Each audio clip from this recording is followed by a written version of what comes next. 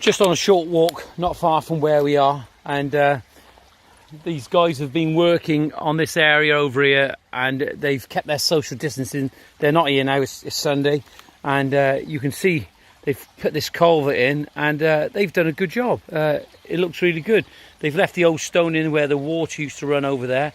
Be nice to see the water run over there, but believe you me, I've seen this water come down here in torrents when it's raining, and we've had all that rain, but it's working well. They've got the other side to do, got plenty of stone in over there, and what a beautiful place to work.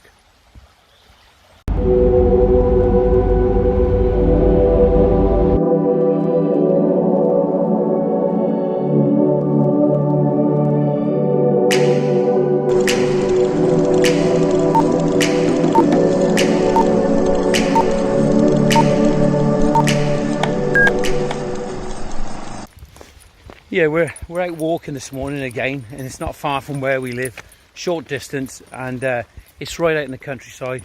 There's no one around, and you're allowed to take your dogs for a walk as long as you maintain that social distancing regulation that the government have asked us to adhere to, and it's so important that we do. But unfortunately, I really feel there's going to be a lot of people out and about the weekend because of the weather. So what do you reckon about the weekend and about all these people that could potentially causing more problems to the NHS by in mass gatherings like they do on the beaches? You know, are we okay walking along here now? Yeah, so this is where we live. Okay, so we come early in the morning to make sure there's no one around. There's no one around anyway, because this walk is dead and it's right up in the woods. That's an appropriate word. Yeah. But stay home. Everyone needs to stay home. We're out early and we'll be home for the rest of the day. But we are home, isn't it? This is where we live, yeah. Isn't it? You know, and we haven't seen a soul all morning, have we? We never do up here. And if we were to see somebody with another dog, what do we do with our dogs? Well, they're back on the lead and we stay ran away. Yeah, so what's your advice to look at the camera for this one? What's your advice to look at the camera for this one? What's your advice to people thinking about going and not maintaining their social distancing? Stay home. You have to, for everyone's sake, you've got to stay home. There you go.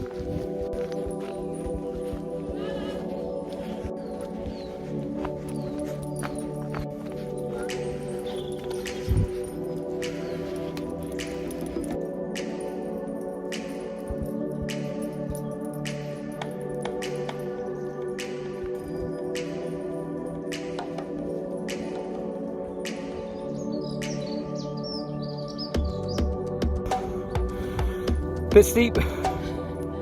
Dogs.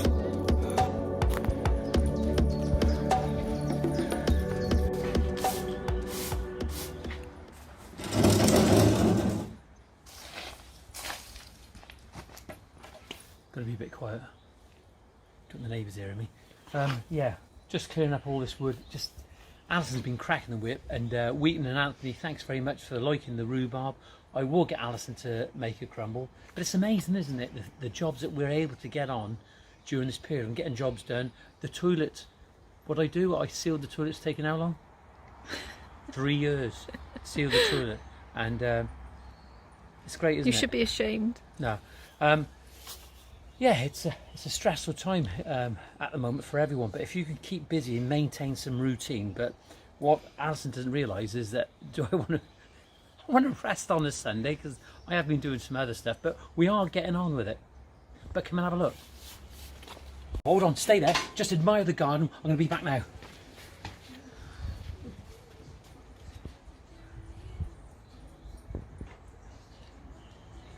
Here I am. Cheers, and God bless the NHS and everyone else. Be safe, you know, be sensible. Only locally today there's been a fatality through the tunnels, the Malpas tunnels in Newport, and a van, maybe in a tradesman, I don't know, but somebody's died, which is a great shame. But have a look at the garden. You know, it's cool. It's coming on. Look at this. I just want to show you the first. Just come over this bit. Come around here. Come over here. really pleased now. You can see the effect that it's having and what we're going to be doing. You've got the log store here, we've got some more logs in there. If you look over here, I'll come over here, start to find a few tools up here that aren't necessarily expensive tools, but they can stay in this log store. It's a garden room, a potting room, but it's a log store. It's got all sorts of things here. Look at the olive tree, absolutely fantastic. Out here, drinking red wine, or cider in my case. But come out, look, this is Alison's. This is going to be Alison's new little potting shed in here. Little potting room, I should say. Not a shed, it's a small shed, isn't it? But look, these are what I've burnt myself. You can see them. And they look absolutely fantastic. But if you look over here, come in here, this is what I showed you yesterday. This is that Aero board. I've put a link on it on the other video, so just check that out. You'll see in the descriptions the link, aeroboard.co.uk or .com, I can't remember exactly, but it's absolutely fantastic. And we're going to be doing something different with this. We're not necessarily going to put the Waney Edge board on here, because we want the air to come through, don't we, Al? Yeah. Yeah, and then come have a look over here. This is an Ilex crenata, a clown tree. One of the guys on the group, Carl Berry, on the Landscape and Survival group. If you've never heard of it, check it out, www.landscapesurvival.co.uk, or you can join it on Facebook. It's a fantastic group. We all learn, I learn, I don't know it all. And yeah, Carl bought that. He's a block paving layer from Rugby. Cheers, Carl. So come over here and have a look at this now. Over here, we've got the rhubarb going on here. We're going to dig all this over. We've got some mint there, and we've got some thyme over here, right? But over here, I've been mixing some potting compost on this side. This is for vegetables and plants, and we're going to get ready, and we're going to put some potatoes in that box over there. I've been looking on YouTube this morning. The only thing I know about potatoes is chips and mash and roast potatoes, but I used to do a lot of spud bashing years ago when I was a young kid working across the field. But I'm not going to put so many potatoes in there. These are going to be earlies. We're now checking out on YouTube. You don't need to put so much in there, but you need to put some fish blood and bone and some other feed, slow release feed, to help the potatoes come along. And apparently from a box like that, you'll probably get about 20-25 pound worth of potatoes. Nice. Not in money, that's weight in old money.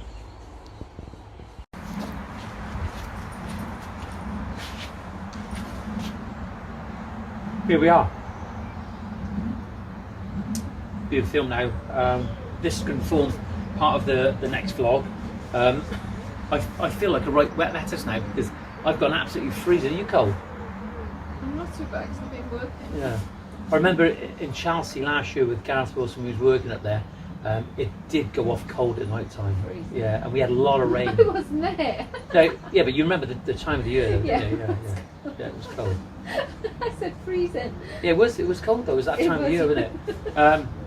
Trying to get it serious now. We've just had. What have we just had? Yeah, what did we eat? Jacket potatoes with cheese and bacon on from yesterday. Now you're going to ask yourself is, what's this got to do with any vlogs or anything? But isn't it important that at the moment that we make sure that we conserve and we make use of what we got, don't we? Yeah, it was nice. I enjoyed it. Yeah, it was lovely, absolutely lovely.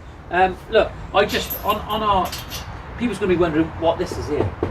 Can you explain what this is?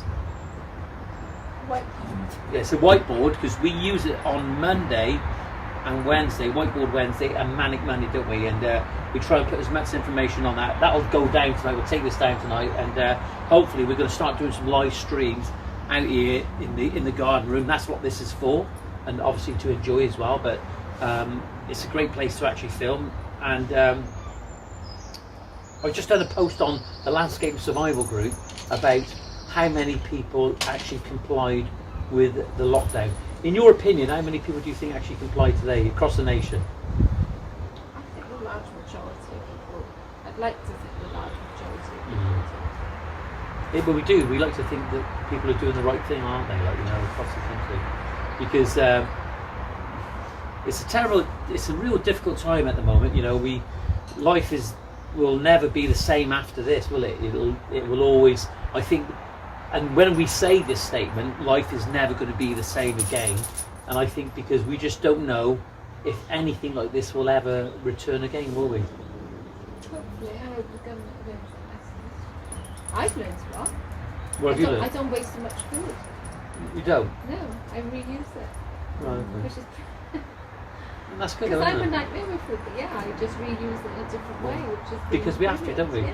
Yeah. Because you never know what's in the shop, so I've learned so much, and I'm going to save so much money And even the recycling. Have you made an effort with recycling? Well, I always do.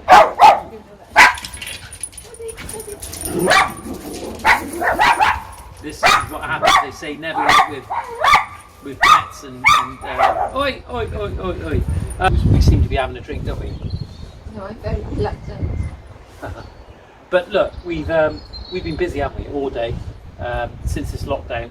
We've just kept it going. We've tried to maintain some routine. You more than me, I suppose. Like, you know, and what this has done across the nation, bringing people together, and a lot of arguments, I suppose, or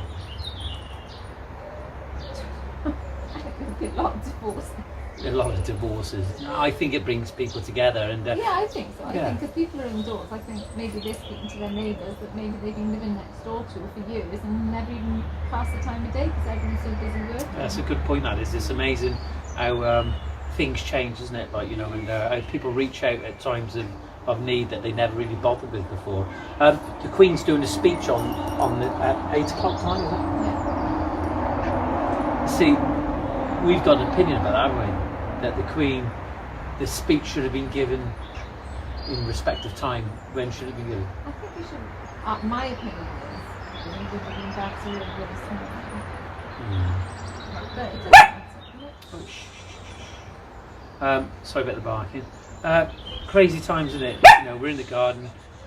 It's really frustrating for me. I've got to tell you now, really frustrating for me. But I can't bring the content that I want to bring, and you know, when I'm working out there. But nevertheless, this is massively interesting. What's actually going on across the world at the moment, and how it's going to affect people, isn't it? And how people's going to change as a result of this period that we've been going through. Look, we're going to be talking about lots of the same things that we've mentioned in these videos many times, and you and I have been through some, not you and I, but we've been through some rough periods, haven't we? Like when we've had like the foot and mouth. Do you remember the foot and mouth? And we went on holiday to America at that time, and the agriculture guys out there, they were there with their Stetsons waiting at the airport in America and Florida, asking us where we've been. Then we had, do you remember the diesel, the fuel strikes, wasn't it? And we've mentioned this before, but we haven't, you know, it was not knowing where you were going to get your fuel from, was it? And the people were in a panic then, weren't they? Was I driving then? Yeah, you were, yeah. You're Yeah. older than me. Yeah, of course you were, yeah, you were driving then, yeah, of course you When was were. that? When we were living I at the can valley, remember so, it, yeah, but yeah. I'm just trying to And that little garage in Anastee that That's right. they actually let me in That's and right. have fuel because I used them on a regular basis. Look, Al, we're going to cover lots of things and talk about all sorts of things, but it's like inflation, and we use suppliers, don't we? You know, how are suppliers going to react to contractors now after, do you think? How do you think they're going to react? Do you think they're going to be sympathetic? Do you think they're going to try and support them? Or do you think they're just going to put the prices up and their customer service is going to remain the same? Or do you think that they should be really working for our custom? I don't think that's going to change. You They know? know everyone's going to be after materials. Right, So okay. I sort So it's of- about supply and demand, isn't yeah, it? unfortunately, their customer service skills are still going to be poor in some areas. Right. Not all. There are some good ones out there, but unfortunately they're few and far between. Yeah, I get that, but can we change it? Can we attempt to change it? They need to change, definitely. Yeah. They need to start looking after the landscapers and the builders that are going into these places, and they don't give a hoot. And like where they just lie about delivery times, when you've got guys hanging around on jobs to small companies, it just makes a massive difference. And you know, just tell us. Yeah, honesty, isn't it? Yeah. Yeah. You know, if you're not going to be there at 7 o'clock or 8 o'clock, say, because then we can utilise our guys elsewhere.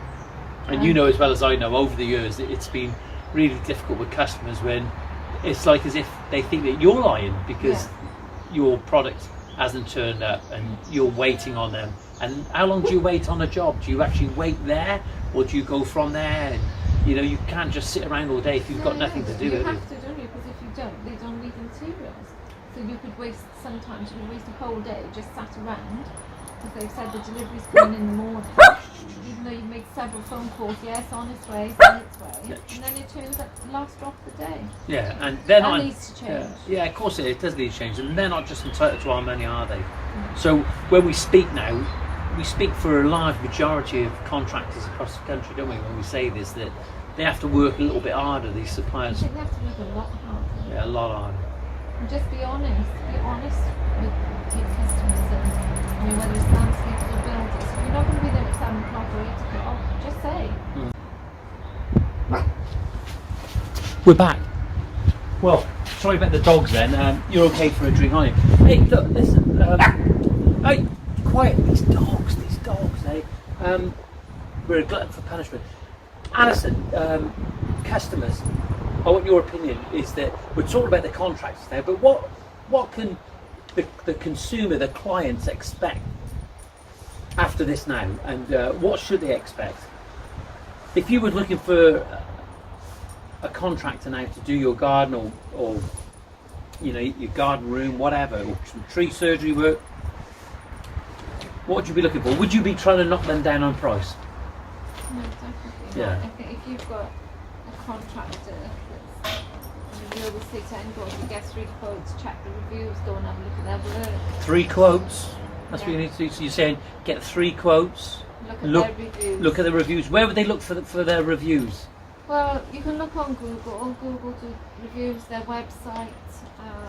You can have links on website and word of mouth. Telephone the people. We always say to our customers, potential customers, go and see our work. Speak to those customers because there's so many fake reviews out there at the moment. Yeah, fake reviews. You just said then about Google, isn't it? You know, and probably maybe a lot of customers and consumers don't know about this at the moment. But if you're looking for a contractor and you do a search for, say, landscapers in your area, what will they find there? They'll find that bit about reviews, won't they? Yes, it'll come up with all the landscapers in your area. Yeah. And then you can read their reviews from there. You can go to their website from there, their contact details. But with, I don't know, reviews now these days, yeah, the majority of people, their reviews are genuine, but there's so many fake reviews out there, or family members commenting on each other's pages. You just got to be careful. So I think what we always say to people is, yeah, read the reviews, but go and see our work. You speak to our previous customers, and we're not even there, so that's questions and answers they can have with previous customers. Yeah, so what Alison's saying is that if you go on Google and you see a review on there and you check the review out, we had that customer a few years ago that actually put his phone number, didn't he, Carl? Yeah. And on there he said, look, you know, give him a ring, you know, and you can actually contact these people through the reviews, can't you, and say, how was this company? Did they perform well? And were they on time? Were they trustworthy? And basically find out the general feel about these guys, isn't it? Definitely. And go Cool. and see the work. It's so important to go and see. If you're going to be spending a lot of money in your garden, or any amount of money in your garden, you need to, if you can, just take that time and go and see their work. It's so important. Yeah, if you're investing, say, you know what, I'm not sure what the average price is for a garden where you're down south, or whether you're up north, or in Wales, or in the Midlands, or in Cornwall, or you know, the south of the country, right? But the fact is, right, that prices do vary across the country. And if you're investing thousands of pounds into a garden, is it beneficial to go and see the work? Definitely. Why wouldn't you? Why wouldn't you? If you were spending your hard-earned cash in the garden, why wouldn't you? I mean, photos, you know, are brilliant on websites, but there's nothing better than going and seeing the actual work. Proof is in the pudding, isn't it? Definitely. Well, talking about pudding, we've got the rhubarb over there. We've got to get some crumble on. See you soon. Enjoy the vlog. Take care. Be safe.